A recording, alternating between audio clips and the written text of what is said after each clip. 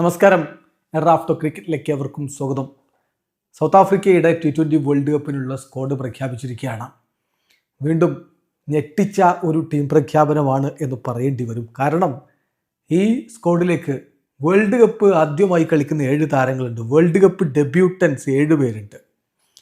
അതോടൊപ്പം തന്നെ ചില പ്രധാനപ്പെട്ട താരങ്ങൾ, ട്രിസ്റ്റൻ സ്റ്റെപ്സ് അടക്കമുള്ള ചില പ്രധാനപ്പെട്ട താരങ്ങൾ ഒഴിവാക്കിയിട്ടുണ്ട്. സർപ്രൈസ് ഇൻക്ലൂഷനുണ്ട്. സോ വളരെ സംഭവബഹുലമായിട്ടുള്ളൊരു ടീം പ്രഖ്യാപനമാണിപ്പോൾ സൗത്ത് ആഫ്രിക്ക നടത്തിയിരിക്കുന്നത് എന്നത് പറയാതെ വയ്യ. അപ്പോൾ നമ്മൾ വിശദമായിട്ട് അവരുടെ സ്ക്വാഡിലേക്ക് ഒന്ന് പോവുകയാണ്. അപ്പോൾ അതിൽ പ്രധാനപ്പെട്ടൊരു കാര്യമുള്ളത് കാഗിസോ റബാദ തിരികെ എത്തിയിട്ടുണ്ട്.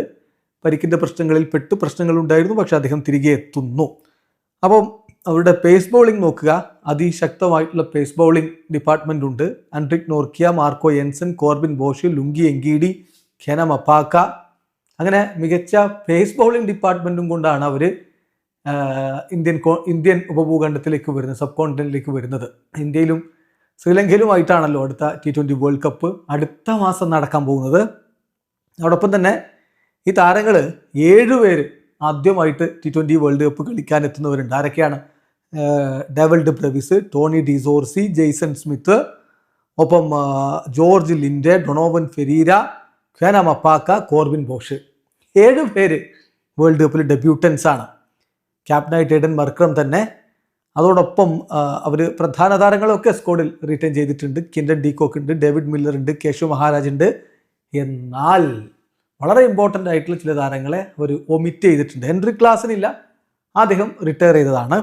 എന്നാൽ Reeza Hendricks, Ryan Rickelton, Tristan Stubbs, Ottneil Baartman, Gerald Coetzee, Bjorn Fortuin, Tabraiz Shamsi, ഇവരെല്ലാം മിസ്ഡ് ഔട്ടാണ്. അതിൽ സ്റ്റെപ്സിൻ്റെ ഫോം ഇപ്പോൾ അത്ര മികച്ചതല്ല, അറിയാമല്ലോ. ജെറാൾ കോട്സിയെ പോലുള്ള താരത്തെ അവർ ഒഴിവാക്കുന്നു.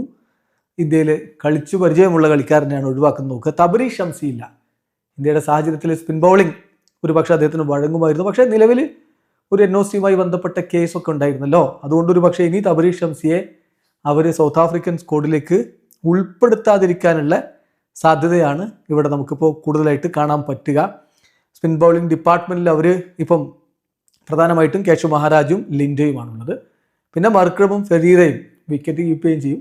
ആ 2 പേരുടെയും ബൗളിംഗ് അവർക്ക് ഉപയോഗപ്പെടുത്താനും പറ്റും. എന്തായാലും തബരി ഷംസിയുടെ ഇൻ്റർനാഷണൽ ചീട്ട് കീറിയ മട്ടാണ്.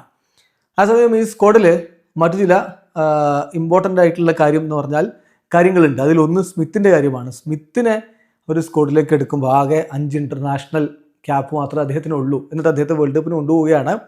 അത് ഒരു സർപ്രൈസ് ഇൻക്ലൂഷനാണ്. എന്നാൽ അദ്ദേഹം റീസെൻ്റ്ലി ഒരു ഫിനിഷർ എന്നുള്ള ടാഗ് നേടിയെടുത്തിട്ടുണ്ട് എന്ന കാര്യം മറക്കാതിരിക്കുക. ഇപ്പോൾ അവരുടെ പാട്രിക് മൊറോനി, സെലക്ഷൻ കൺവീനർ, ഈ സെലക്ഷനെ കുറിച്ച് പറയുന്നത് ഞങ്ങൾക്ക് ചില ബിഗ് കോൾസ് എടുക്കേണ്ടി വന്നു, പക്ഷേ ഈ ഗ്രൂപ്പ് നമുക്ക് ലഭിക്കാവുന്ന ഏറ്റവും സ്ട്രോങ്ങസ്റ്റ് ഗ്രൂപ്പായിട്ടാണ് എനിക്ക് തോന്നുന്നത്. ഇന്ത്യയിലും ശ്രീലങ്കയിലും വിജയിക്കാനുള്ള എല്ലാ സാധ്യതയും ഈ ഒരു സ്ക്വാഡിനുണ്ട്.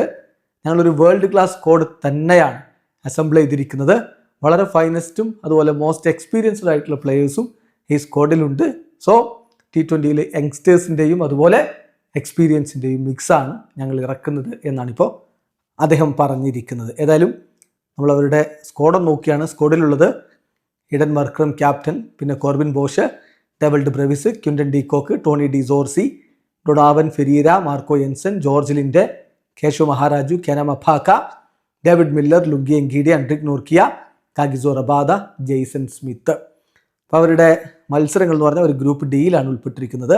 അഫ്ഗാനിസ്ഥാനും കാനഡയും ന്യൂസിലാൻഡും യുണൈറ്റഡ് അറബ് എമിറേറ്റ്സുമാണ് അവരുടെ എതിരാളികൾ.